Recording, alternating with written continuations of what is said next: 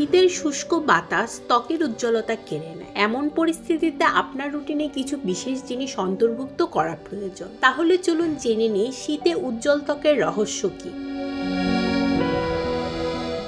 শীতকালে প্রচুর পরিমাণে পানি পান করতে হবে। অল্প পরিমাণে পানি পান করা ছাড়াও শরীরের হাইড্রেশনের যত্ন নেয় না অনেকে। এর স্পষ্ট প্রভাব দেখা যায় ত্বকে, যা দেখতে শুষ্ক এবং প্রাণহীন দেখায়।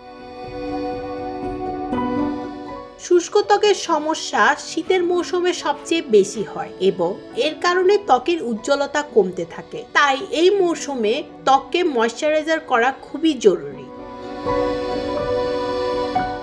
শীতের মৌসুমে আপনার ত্বক নরম, স্বাস্থ্যকর ও উজ্জ্বল রাখতে আপনি মধু ব্যবহার করতে পারেন। এটি একটি খুব কার্যকরী ঘরোয়া প্রতিকার, যার কোনো পার্শ্ব প্রতিক্রিয়া নেই।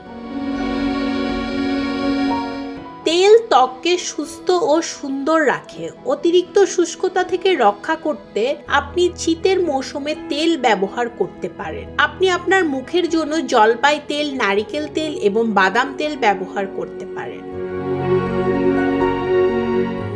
শীতের সময় প্রায় গোসলের জন্য এবং মুখ ধোয়ার জন্য মানুষ গরম পানি ব্যবহার করে, কিন্তু এর ফলে ধীরে ধীরে মুখের রং বিবর্ণ হতে থাকে। এছাড়া আপনি দই, চালের গুঁড়ো এবং বেসনের মতো ঘরোয়া উপকরণ ব্যবহার করতে পারেন।